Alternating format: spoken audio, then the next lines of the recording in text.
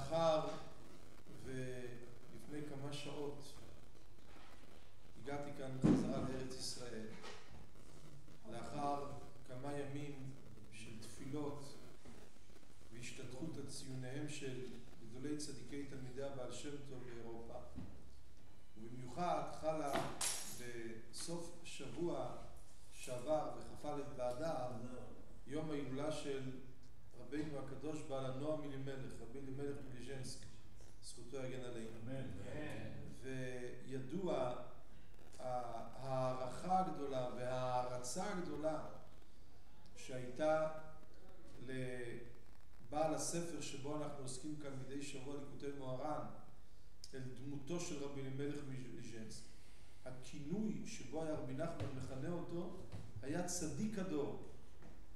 רבי אלימלך מליז'נסק היה נקרא בפיו צדיק הדור. בספר חיי מוהר"ן באות תקנ"ג כותב רבי נתן שהוא שמע מפי רבי נחמן שמעלת המחבר הייתה יותר גדולה ממעלת הספר עצמו. נקרא לכם את הלשון שמופיע פה בספר חיי מוהר"ן באות ממש לקראת סוף הספר, באות תקנ"ג. הוא מדבר פה על הרבה מתלמידי הבעל שם טוב. הוא כותב פה מה הוא התבטא על הרב הקדוש מברדיצ'ו ופנחס מקוריץ ואחרים, ובסוף הוא כותב כשראה את הספר הקדוש נועם אלימלך התפלא מאוד ואמר שקדושת מעלת הרב הקדוש רבי אלימלך זיכרונו לברכה נשגבה למעלה ממה שנראה ומובן מתוך ספרו, וגם בקדושת אחיו הרב הקדוש רבי זוסיה זיכרונו לברכה הפליג מאוד מאוד כידוע אצלנו. שתי הדמויות הללו, האחים הקדושים הנועם אלימלך ורבי זוסיה, היו נחשבים אצל רבי נחמן בתור צדיקים מופלגים ביותר. היה מכנה את הנועם אלימלך בשם צדיק הדור.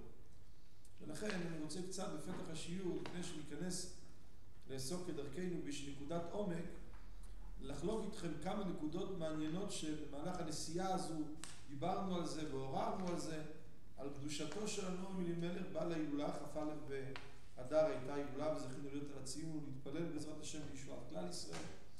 נדבר קצת על קדושת הספר נועם אלימלך ונראה בעזרת השם קצת עניינים מאוד חשובים, שזה דברים שכל יהודי שיש לו שייכות לתורת החסידות, לתורת תלמידי הבעל שם טוב, חייב לדעת את הדברים האלה.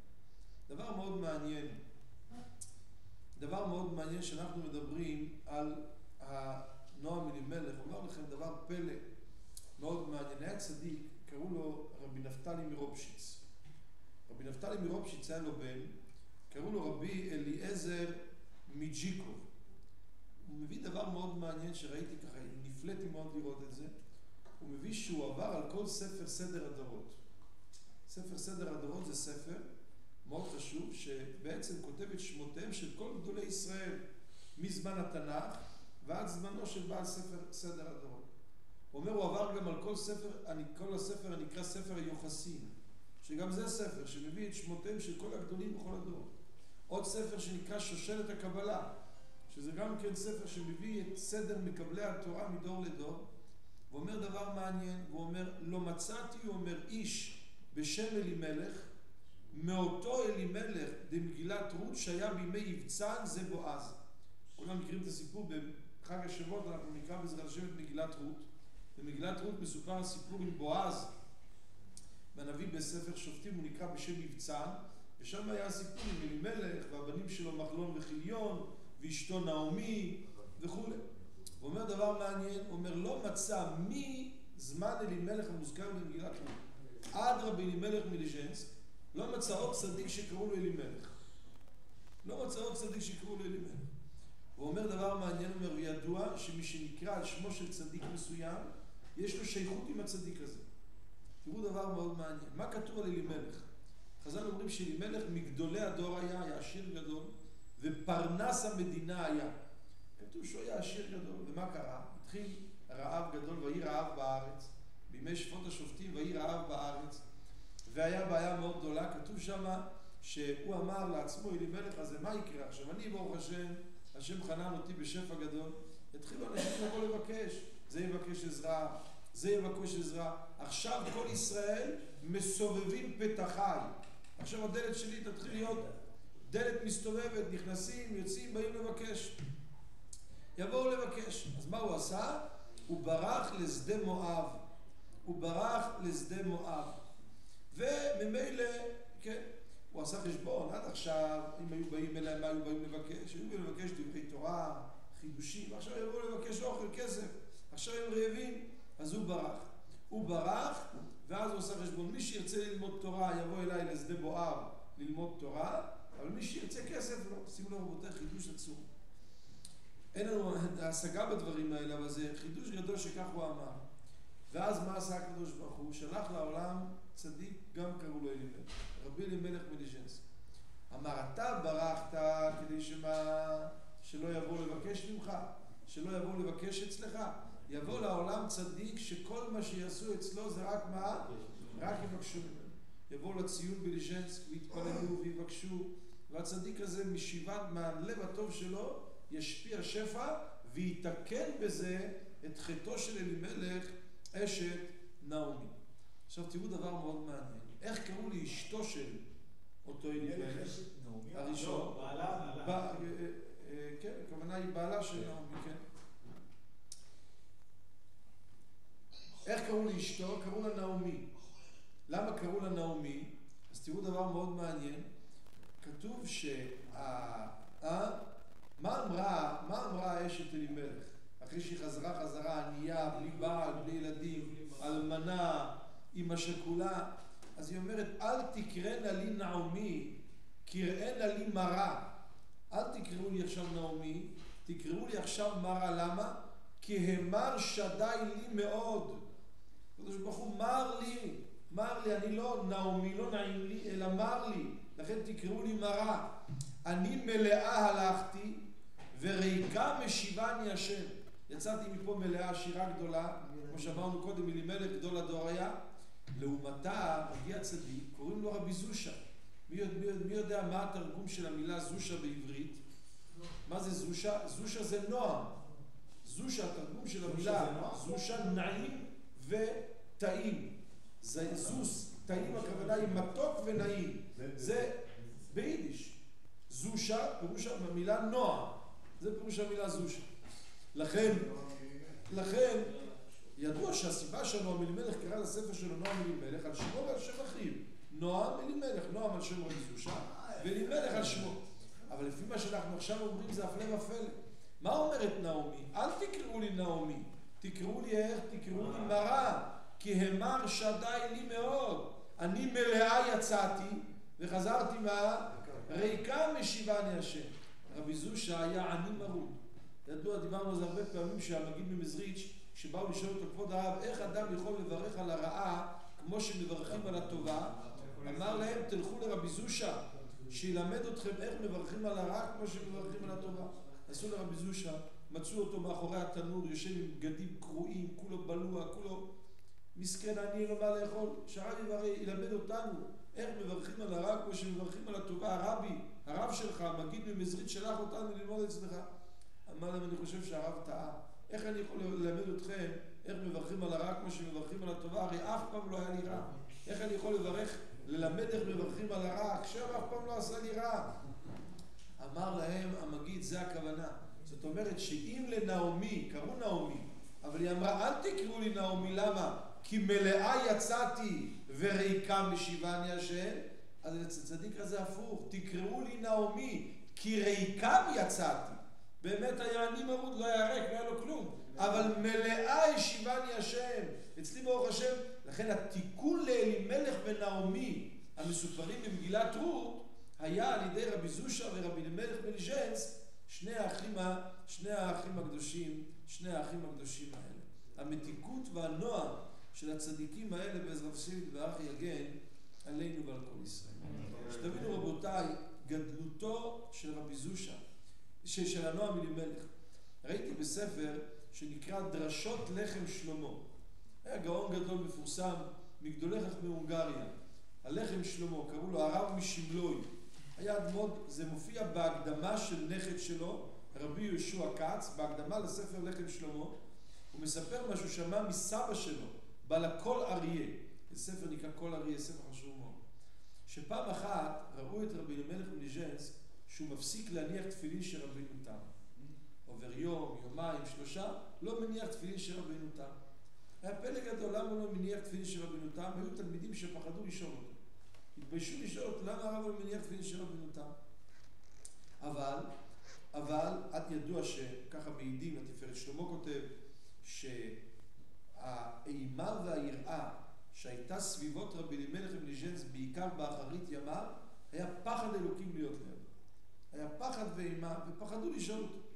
אחרי כמה ימים ראו אותו חוזר להניח תפילין של רבינו תם. כמה ימים לא מניח תפילין של רבינו תם, פתאום חוזר להניח תפילין של רבינו תם. מה קרה? אז הוא אמר להם, תראו, אני הרי כל היום עסוק עם אנשים, באים אצלי אנשים מהבוקר עד הערב, בקשה כזו, בקשה כזו, בקשה כזו. היה מקרה, הוא אומר, שעבר יומיים, 2 ימים ו2 לילות, שלא היה לי זמן לנוח. עד הלילה השלישית, בחצות הלילה, החלטתי, אני סוגר את הדלת, חייב ללכת לנוח. חייב ללכת לנוח. מה עשה? אחרי חצות הלילה, לבש את הפיג'מה, הלך לנוח. הלך לישון, פתאום רק נכנס למיטה, דפיקות בחלון. דפיקות בחלון, בלית ברירה הוא קם, והוא רוצה לראות מי נמצא בחלון. מסתבר שנמצא שם איזשהו יהודי, והוא מתחיל לבכות שהבת שלו מקשה לילד, נמצאת בבית רפואה, צריכה ללדת, ומסכן התינוק לא יוצא, ויש סכנה לעובר, סכנה לאמא, ושהרב יברך אותה. ובשביל זה הוא דפק בחלון. והנועם אלימלך היה לו בלב קצת כעס, שיומיים לא ישנתי, עד שהלכתי טיפה לישון, מפריעים לי, אבל כמובן הוא נטל את הידיים, ניגש, פתח את החלון, שר את שם האישה, התפלל עבורה, וכמובן היא ילדה בשעה טובה ומוצלחת. כשהוא חזר חזרה לישון, לא יקרה זה דבר שצדיק הולך לישון בלי לעשות חשבון הנפש. הוא עושה חשבון הנפש, הוא אומר לעצמו, מה? אני כעסתי למה העירו אותי בשביל האישה הזאת שצריכה ללדת? אם זה היה הבת שלי שעומדת ללדת, גם היה מפריע לי שהעירו אותי והוציאו אותי מהמיטה אחרי יומיים שלא ישנתי. גם היה מפריע לי כשהיו מודיעים לי שהבת שלי קוראת ללדת. אז זאת אומרת שאי אפשר להגדיר אותי בתור חסיד. חסיד, אני לא, אחד כזה. מי מניח תפילין של רבינו תם? כותב הרמ"א בשולחן ערוך בסימן ל"ד, לא יניחם אלא מי שמתנהג בחסידות. אדם שאצלו יש הבדל בין זה הבת שלו לבת של מישהו אחר, הוא כבר לא חסיד. לכן הפסיק כמה ימים להניח תפילין של רבינו תם. אחרי כמה ימים הוא התפלל ועבד על עצמו, והגיע למצב שאין אצלו הבדל בהרגשה בין אם זה הבת שלו או בת של מישהו אחר, ואז הוא חזר להניח תפילין של רבינו תם. איזה דרגה? הוא חזר להניח תפילין של רבינו תם רק כשהוא הרגיש שכשיהיה בעיה לבת שלו, או יהיה בעיה לבת ישראל אחרת, אצלו זה יהיה בדיוק אותו דבר. הכל אריה, הגאון הזה, בעל הכל אריה, הסביר לפי זה את הפסוק. הנה אנוכי שולח לכם את אליה הנביא לפני בוא יום השם הגדול והנורא. נקרא את זה בעזרת השם עוד מעט בעוד שבועיים, בשבת הגדול, בהפטרת שבת הגדול, נקרא, למה קוראים לשבת הגדול שבת הגדול? כי קוראים את הפסוק, הנה אנוכי שולח לכם את אליה הנביא לפני בוא יום השם הגדול. ביאת הגאולה, יום השם הגדול, קוראים לזה שבת הגדול. על כל פנים, מה יקרא אז? והשיב לבבות על בנים ולב בנים על אבותם. הוא אומר, אתה יודע מה זה והשיב לבבות על בנים ולב בנים על אבותם? הוא אומר דבר נורא. הוא אומר, יבוא יום, הוא אומר, שכשמשיח יבוא, אז הצדיקים האמיתיים יהיו, הוא אומר, בדרגה כמו האבות אברהם, יצחק ויעקב. כמו שכתוב בפסוק, והיה הנחשל בכם כדוד. אפילו היהודי הכי מסכן, הכי נחשל יהיה כמו דוד המלך. כל אחד יהיה כמו האבות הקדושים. ואז נזכה לדרגה כזאת שאצל אברהם אבינו אין הבדל אם זה הבן שלו או שזה כל אחד ואחד מאיתנו. אצל אברהם אבינו כל יהודי הוא בן שלו, כי כולנו בני אברהם, יצחק ויעקב. הוא אומר, והשיב, זה מלשון והסיר, כמו השיב את חמתי מעל בני ישראל. מה זה השיב? הסיר את חמתי מעל בני ישראל. הוא אומר, משיח יבוא יהיה, והשיב, הקדוש ברוך הוא יסיר לב אבות על בנים. הוא אומר, היום הלב של האבא זה קודם כל בשביל הבן שלו. הוא אומר, משיח יבוא, הקדוש ברוך הוא יסיר לב אבות על בנים, וכל בן אדם הרגיש כמו שנועם אלימלך הרגיש, שכשיש בעיה לבת שלו, או יש בעיה לבת ישראל אחרת, אין הבדל. רק אז הוא חזר להניח תפילין של רבנו תם. למה? כי מרן הרמ"א כותב בסימן ל"ד בהלכות תפילין, ולא יניחם אלא מי שמתנהג בחסידות. אם אני אצלי כאב לי, למה העירו אותי? למרות שאם זה היה אצל הבת שלי לא היה כואב לי, אז אני כבר לא נקרא מתנהג בחסידות, ומילא אני כבר לא יכול להניח תפילין של רבנו תם. תראו איזה דרגה הייתה לצדיק הזה הנועם אלימלך, איזה דרגה הייתה לנועם אלימלך.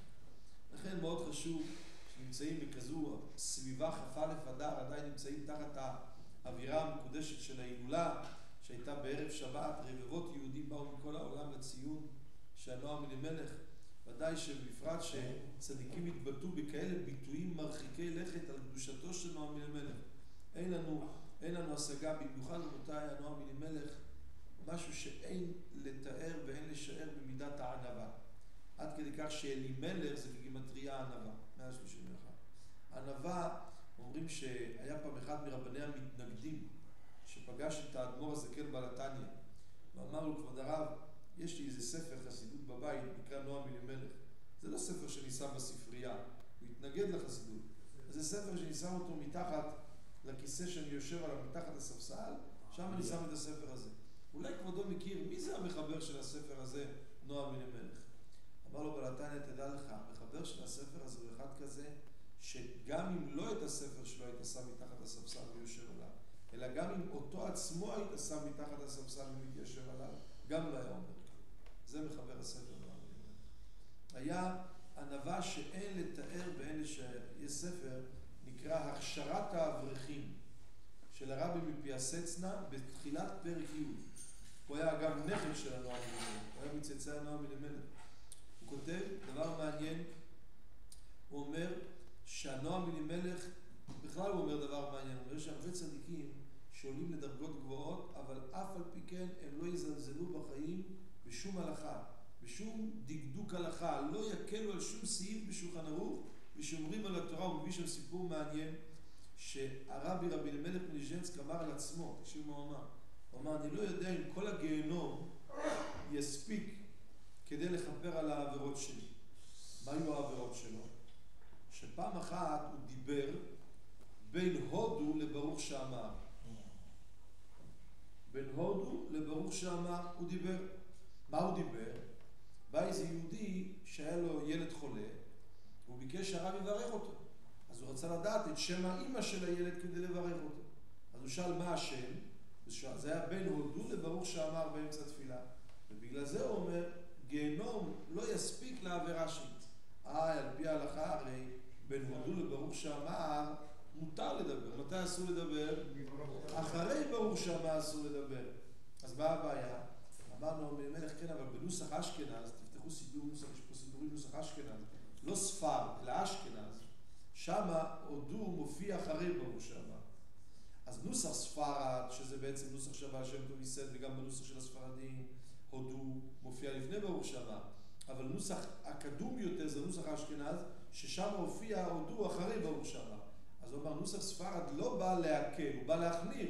אז אם בנוסח אשכנז אסור לדבר אחרי הודו, למה? כי הודו מופיע אחרי ברוך שאמר, אז אני כבר, והוא לא נרגע מהעבירה החמורה שהוא עשה, לשאול את שם האמא של החולה, לדעת להתפלל עליו בין הודו לברוך שאמר, עד שאמרו לו שהחולה הזה היה חולה שיש בו סכנה. כיוון שהחולה שיש בו סכנה, אז לא היה ברירה, זה פיקוח נפש, רק אז הוא נרגע, שלא יהיה לו גיהנום כזה גדול, רק אז הוא נרגע. עד כדי כך שמספרים דבר מאוד מעניין, מספרים שהמגיד מקוז'ניץ, בספר ליקוטי מוהר"ן יש הרי הסכמה של המגיד מקוז'ניץ, הוא לקח הסכמה מהמגיד מקוז'ניץ.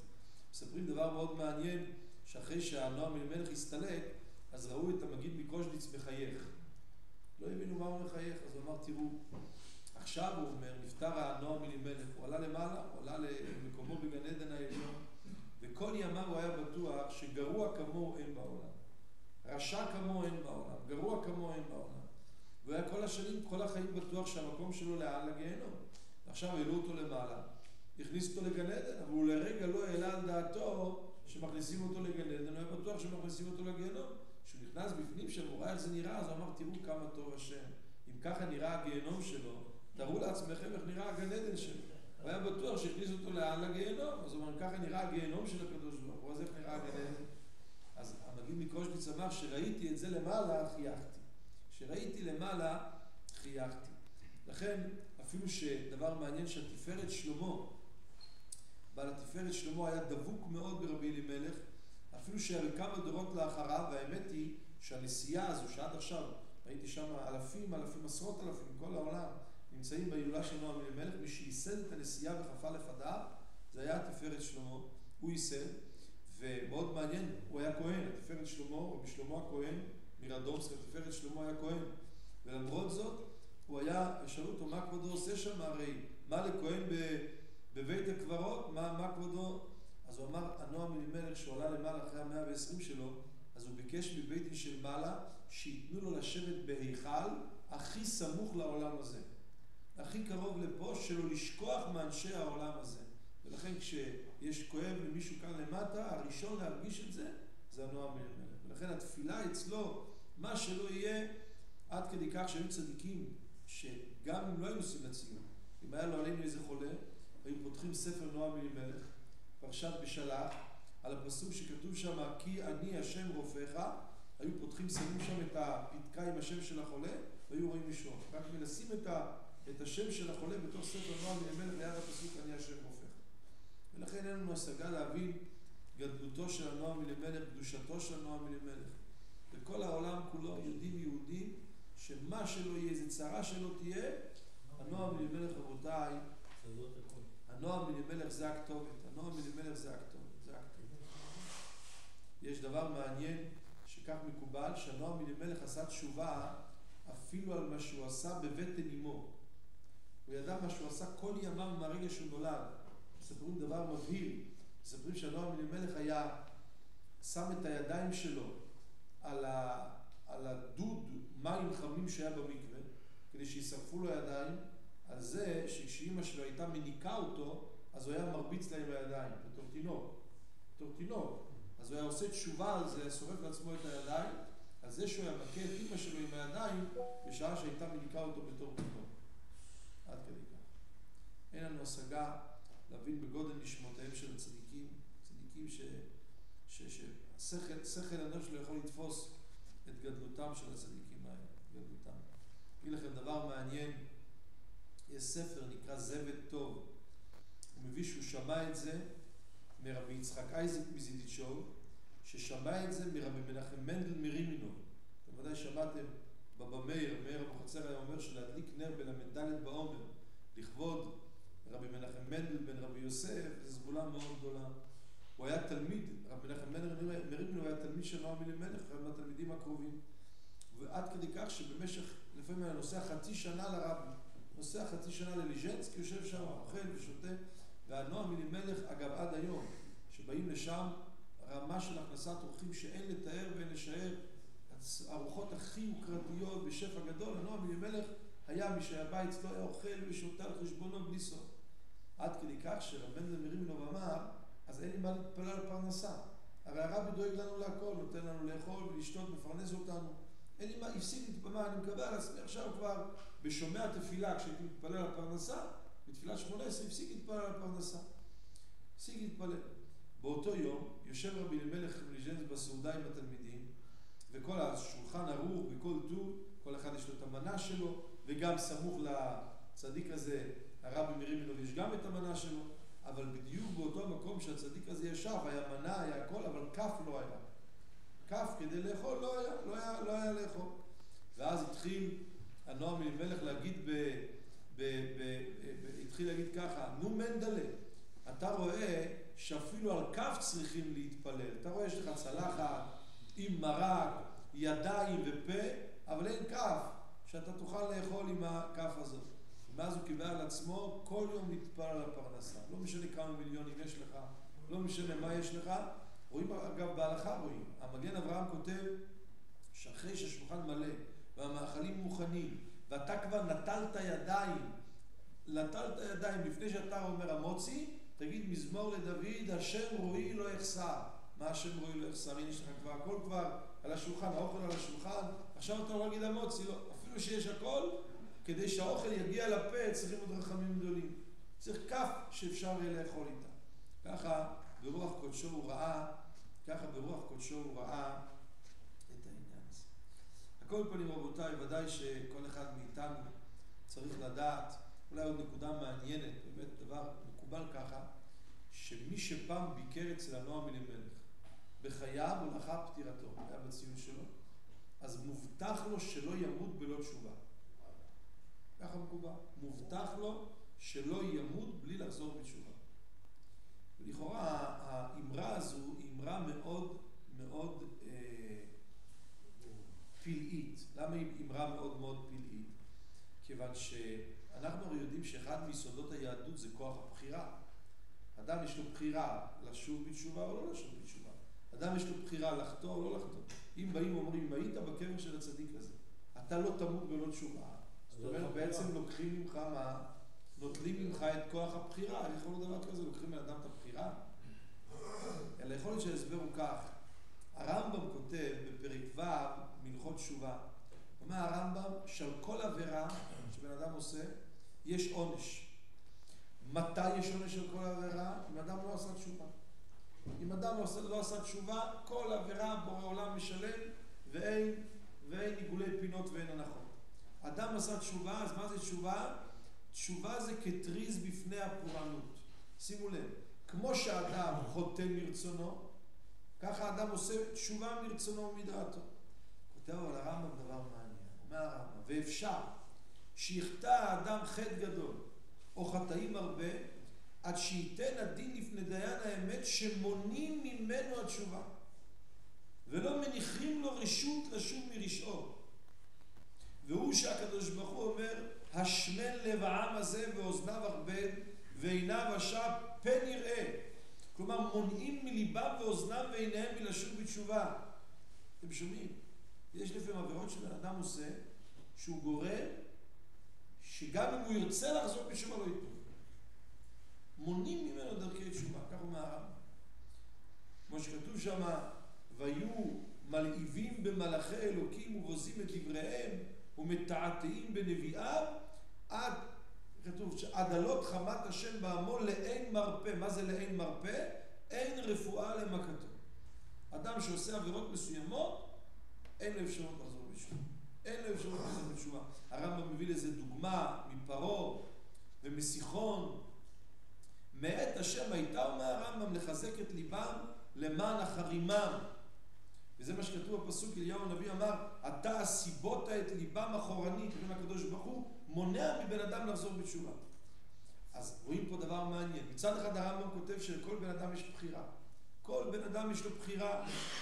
בחירה לעשות רע, בחירה לעשות טוב, כל דבר בחירה. אומר, לפעמים אומר הרמב"ם, נשלט הבחירה מהאדם. מתי שאדם חוזר, עושה עבירות מאוד מאוד חמורות, ועל זה ביקש דוד המלך, על כולם שואלים, דוד המלך מבקש מהקדוש ברוך הוא, ריבונו של עולם, תעזור לי לחזור בתשובה. כמה פסוקים בתהילים, מזמורי תהילים, שואלים כולם, למה השם צריך לעזור לך לחזור בתשובה? הרי אתה רוצה לחזור בתשובה, תחזור בתשובה, זה בחירה. למה אתה צריך להתפלל על זה? אלא הכוונה היא, ריבונו של עולם, אל תמנע ממני, יש כזה מושג שלפעמים מונים מבן אדם לחזור בתשובה. לכן דוד המלך מרוב שהיה עניו, הוא פחד כל הזמן שהוא מאלה שגם אם הוא ירצה לחזור בתשובה הוא לא יוכל. לכן הוא התפלל שהשם ייתן לו, הורני השם דרכך. מה זה הורני השם דרכך? פתח שולחן ערוך, תראה מה צריך לעשות, תעשה, לא. הורני השם דרכך, תעזור לריבונו של עולם, אל תמנע ממני לחזור בתשובה. יצאים כן רבותיי דבר מעניין. יש סוגי עבירות שלעשות אותם או לא לעשות אותם נתון לבחירת האדם, אבל לחזור עליהם בתשובה או לא לחזור עליהם בתשובה לא נתון לבחירת האדם. כך אומר הרמב"ם. בא הנועם אלימלך ואומר, מי שהיה אצלי בציון, אפילו מי שלומד בספר שלי, הוא לא ימות בלא תשובה. מה הכוונה לא ימות בלא תשובה? הכוונה היא שיהיה לו את הזכות שלא ימנעו ממנו אותם העבירות שהרמב"ם כותב שמונע מהאדם את התשובה. הנועם אלימלך הבטיח שהקדוש ברוך הוא ימשיך כאלה רחמים על עם ישראל שלא ימות בלא תשובה. כלומר לא ימות במצב שאין לו אפשרות לחזור בתשובה. כלומר, שתמיד יהיה במצב שנקודת הבחירה לא ניטלה ממנו. שכל הזמן נקודת הבחירה במקומה יומק. אחרי רבותיי צריך לדעת, מדברים על הצדיק הזה, נועם אלימלך, קדושת הנועם אלימלך. צריכים הרבה לעורר רחמים על עם ישראל. הרבה לעורר רחמים על עם ישראל. הרבה עם ישראל נמצאים בצרות גדולות. אני אסיים רבותיי את זה רק בשתי עובדות מאוד מעניינות, שתי עובדות אמיתיות, שקצת ייתנו לנו פרספקטיבה להבין מי זה הנועם אלימלך, ובזה נסיים.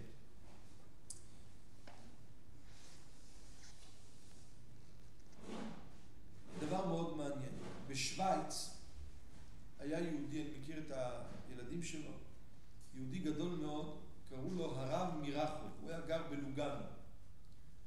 בלוגנו שבשוויץ, ויש ספר בהלכה נקרא ליקוטי מעריך, ספר מנהגי מאוד חשוב, זה הבן שלו. בעל הליקוטי מעריך, הבן שלו היה גר בלוגנו, היה איזה יהודי שהיה גר בלוגנו, והכיר את הרב הזה, ואחד מהילדים של היהודי הזה ירד מהדרך. עזב לא שבת, לא תפילין, לא שום דבר, עזב את הכל. הוא בא לבכות לרב, לגאון הזה, שם משפחה שלו היה הרב פרידמן, הרב מירחו, הוא בא לבכות אצלו, מה עושים? אז אמר לו, תראה, עכשיו מגיע כ"א באדר, אני רוצה לנסוע להילולה בליז'נסק, משוויץ לפולין, זה בערך 12 שעות נסיעה עם רכב.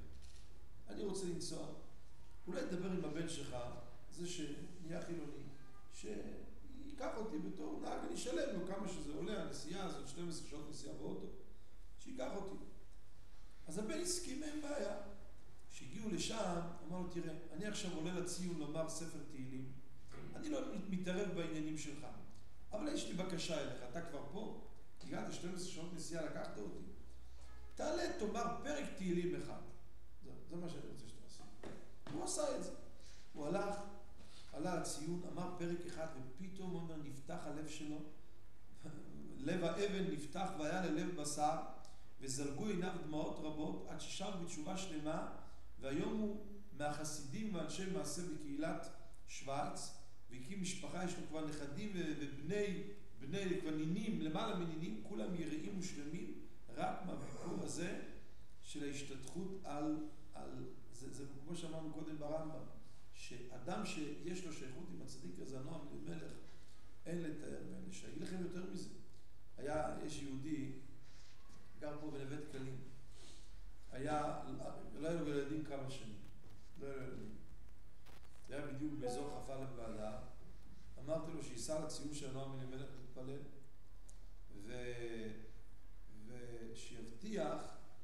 שיבטיח שהוא יקרא לילד שיוולד לו על שמו של הצדיק. והוא באמת הלך, הוא יהודי שמכירים אותו. הוא נסע, ואחרי 10 חודשים נולד לו בן. והוא בא אליי שיש לו בעיה גדולה, שאשתו לא מסכימה לקרוא לילד אלימלך. זה שם מדי פרימיטיבי, מדי ישן, זה אלימלך, הם קוראים לו אלימלך. וטוב, שאלתי האם היא רוצה שם מודרני, כן, היא רוצה שם מודרני. אמרתי לה, נועם, זה בסדר, נועם. כן, נועם זה שם מודרני, טוב, אמרתי, תקרא לו נועם אלימלך, אמרתי. וקוראים לו נועם אלימלך, על שם הספר. נועם אלימלך, לא אלימלך, אלא נועם אלימלך. גם על שמו של רבי זושה, וגם על שמו של רבי אלימלך. גם על שמו של רבי זושה, וגם על שמו של רבי. אחרי רבותיי, כל אחד מאיתנו יקבל על עצמו. אני אגיד לכם מה הקבלה חשובה שכדאי לקבל. יש סידורים מודפס בהם, לא כל סידור, אבל יש סידורים שמודפס בהם. תפילה מיוחדת שחיבר הנועם אלימלך, לפני תפילת שחרית. כן, יהי רצון. בתפילה הזו מופיעים המילים, אדרבה ותן בליבנו, שנראה כל אחד מעלת חברינו ולא חסרונם, ושנדבר כל אחד את חברו בדרך הישר והרצוי לפניך. עשו מזה שיר גם כן, אבל כל פנים, תפילת הנועם אלימלך, אדם ידפיס לעצמו, או שיש לו אמצעים אחרים, ויגיד כל יום את התפילה הזאת. עד כדי כך שככה מקובל, שכשהנועם אלימלך חיבר את התפילה הזאת, אז הוא ישב לחבר את התפילה, ונגלו אליו האבות. אברהם, יצחק ויעקב נגלו אליו. זה לא כזה פלא, כתוב בהקדמה לפירוש הגר"א על ספרה דצניעותא, ספר הזוהר, שהגאון מווילנה גם זכה, שניגלו אליו האבות הקדושים. ואמרו לו, היו נוכחים בשעה שהוא חיבר את התפילה הזאת, והסיבה שהוא חיבר את התפילה, כי הוא ראה שיבואו דורות שיהיה להם מאוד קשה לכוון בתפילה. אתה קורא את התפילה, אתה לא מבין את המילים של התפילה, קשה לך להתחבר לטקסט, בטח לא לכוון.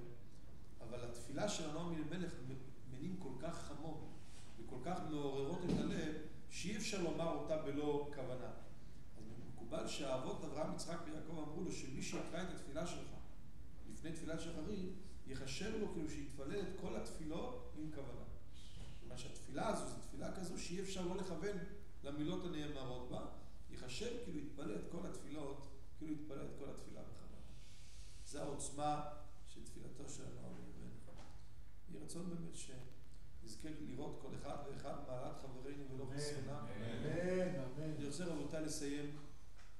אגב, עוד דבר מעניין, מספרים שהנועם אלימלך לפני שהוא נפטר, תראו מה זה, איזה שפלות ואיזה ענווה הייתה לו. מספרים שלפני שהוא נפטר, אנשי החברה קדישה באו, כך היה המנהג אז, שבאים לחולה, ואומרים לו שיחזור בתשובה ושיתוודה על כל גט. אז הנועם אלימלך צעק עליהם, אבל עכשיו באתם אליי, עכשיו שכבר אין לי שיניים לאכול ולא חשק לעשות עבירות, ואני כבר 3/4 מת, עכשיו אתם באים, כשישבתי מול סיר הבשר, למה אז לא באתם להגיד לי שאני צריך לחזור בתשובה? אז רואים שהחוכמה לחזור בתשובה, הוא אמר, זה לא כשאדם כבר אין לו כוח לחתור. החוכמה לחזור בתשובה זה כשכוחו במותניו, אדם עדיין מלא ביצרים ובתאוות, אז החוכמה לחזור בתשובה.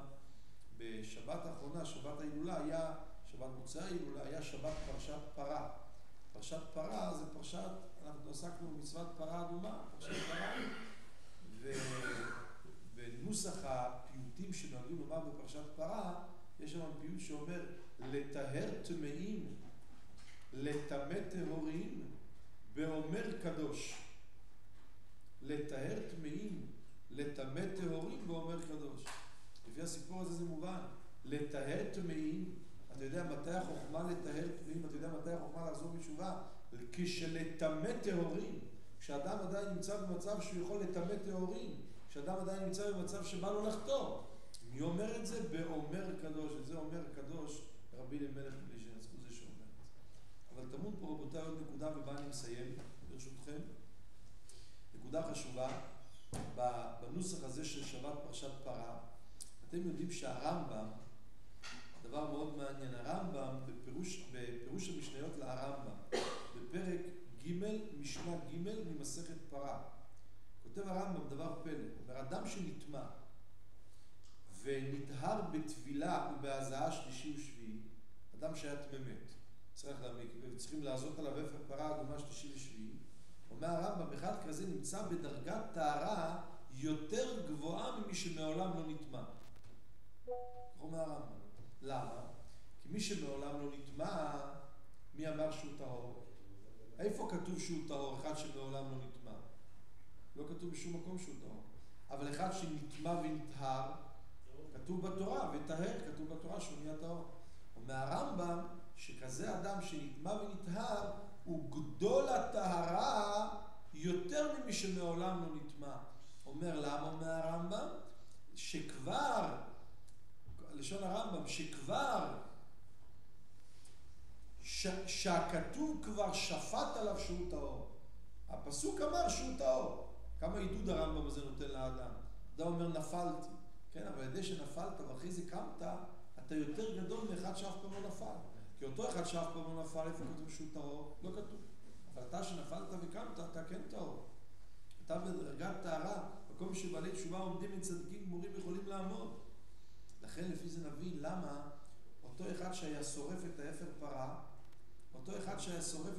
פרה, מה היה קורה לו עצמו לפני שהוא היה שורף את אפר הפרה? אדם היה מתעסק עם אפר פרה אדומה והיה רוצה לשרוף את האפר, לשרוף את הפרה כדי לעשות מזה אפר, הוא בעצמו היה נטמא, ורק אז היו צריכים לעזות עליו שלישי ושביעי, ואז הוא היה שורף את אפר הפרה. למה? אם הפרה מטהרת טמאים, למה מי שמתעסק באפר הפרה לפני שהוא שורף את הפרה ונהיה מזה אפר, שהאפר הזה מתאר טמאים, הוא בעצמו נהיה טמא. כי התורה רצתה שאותו אחד שיתעסק עם אפר פרה אדומה ויתאר טמאים יהיה טהור על בטוח. מי הוא טהור על בטוח? רק אחד שנפל וקם. רק אחד שנפל וקם. לכן כתוב בפיוט, לטהר טמאים. מי יכול לטהר טמאים? לטמא טהורים.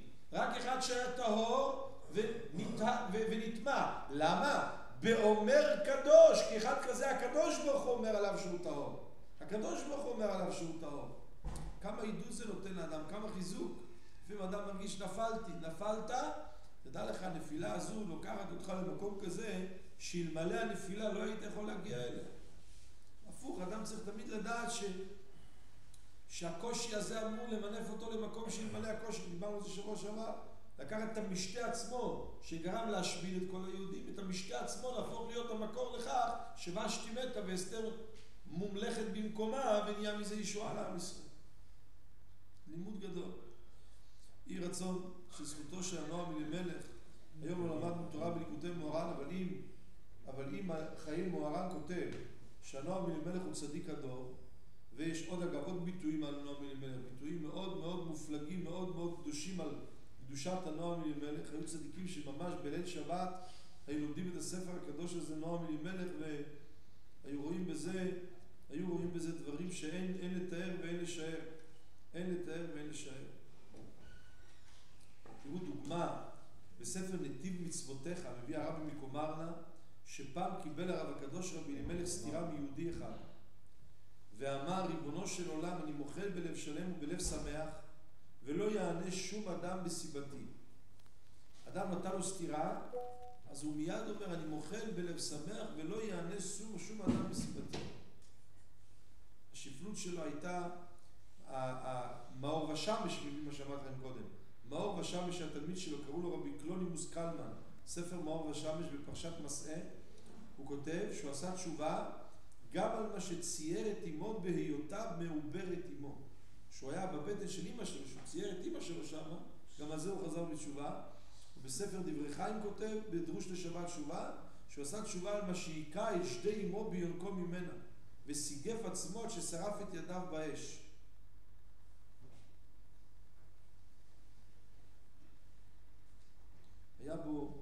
היה בו שפלות לא רגילה. שפלות לא רגילה. כדאי דרך אגב, כל אדם, בספר נועם אלימלך בסוף, יש הנהגות האדם. דברים טובים שכל בן אדם ינהג בהם כל יום. כדאי ללמוד את זה. ספר הנהגות האדם.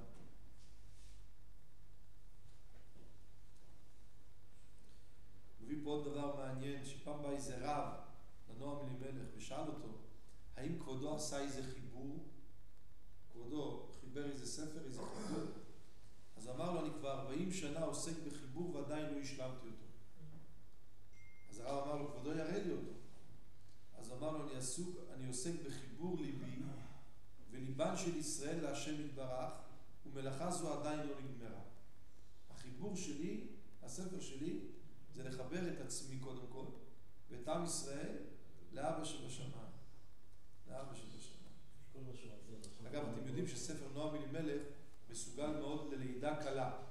הרבה יודעים שכשהולכים ללדת, לוקחים ספר קטן, נועם אלימלך שמים מתחת לכרית של היולדת, ובדוק הוא מנוסה שזה מועיל מאוד ללידה קלה.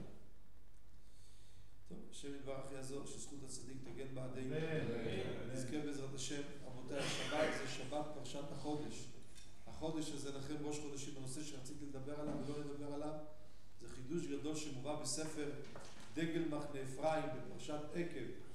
מסביר שאדם צריך תמיד להיות חדש, אף פעם לא להיות זקן, תמיד להתחדש בעבודת השם, לעבוד את השם מתוך שמחה. קטע שלם, אני אקרא לכם רק את הקטע כדי בכל זאת לעשות מה שרצינו במשפט קצר. הוא כותב, כלל גדול לעבודת הבורא ברוך הוא. העיקר הוא האמונה, ועל זה היה מזהיר אדוני אבי זקני, זה ספר דגל מחנה אפרים, היה נכד הבעל שם טוב, בן של אדל שהייתה ביתו של הבעל שם טוב. סבא היה אומר שזה הכל אמונה, וזה שורש לכל התורה והעבודה.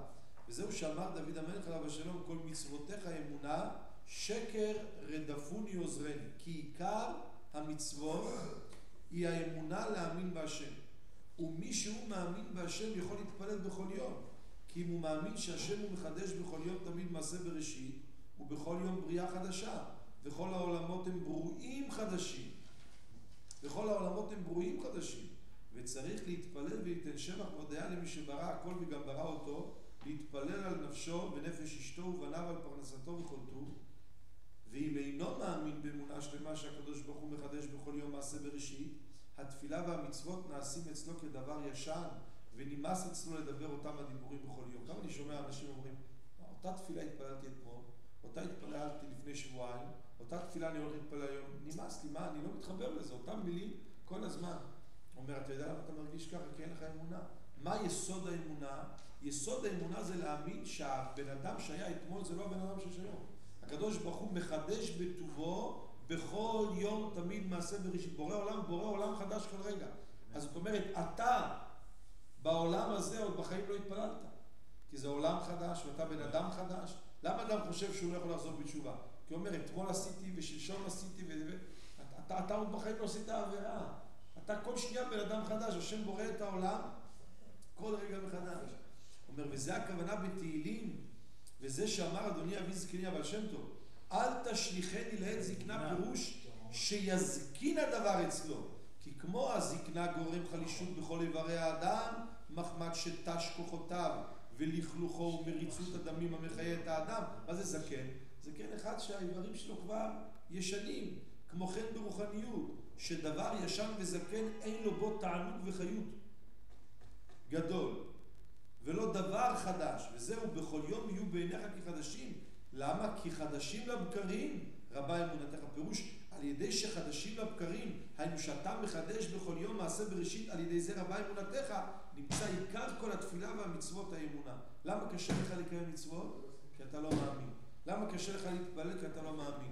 כמו אדם זקן שאומר, אין לי כבר כוח ללכת, כי אתמול הלכתי, ולפני שנה הלכתי, ולפני 70 שנה הלכתי, עכשיו אני זקן. אותו דבר, אדם אומר, אין לי כוח להתפלל, כי אתמול התפללתי, ולפני שנה התפללתי. אבל אם אדם חי באמונה שכל רגע זה עולם חדש, וזה רבותיי פרשת החודש. החודש הזה, לכן ראש חודשים בשיעור שלם, שפרשת החודש זה פרשת ההתחדשות. כמו שרבי נחמן אמר, חידוש כמוני לא היה מעולם, יהודי צריך לדעת, חידוש כמוני לא היה מעולם. כל אחד ואחד מאיתנו.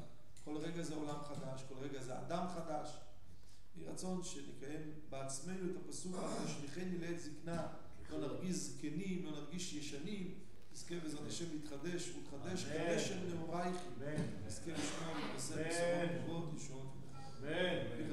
השם אומר, הצגת את החוק של כל סליחה, קרבה להם תורה ומצוות שנאמר, אדוני חפץ תורה מצוות להגיד תורה וירגיל.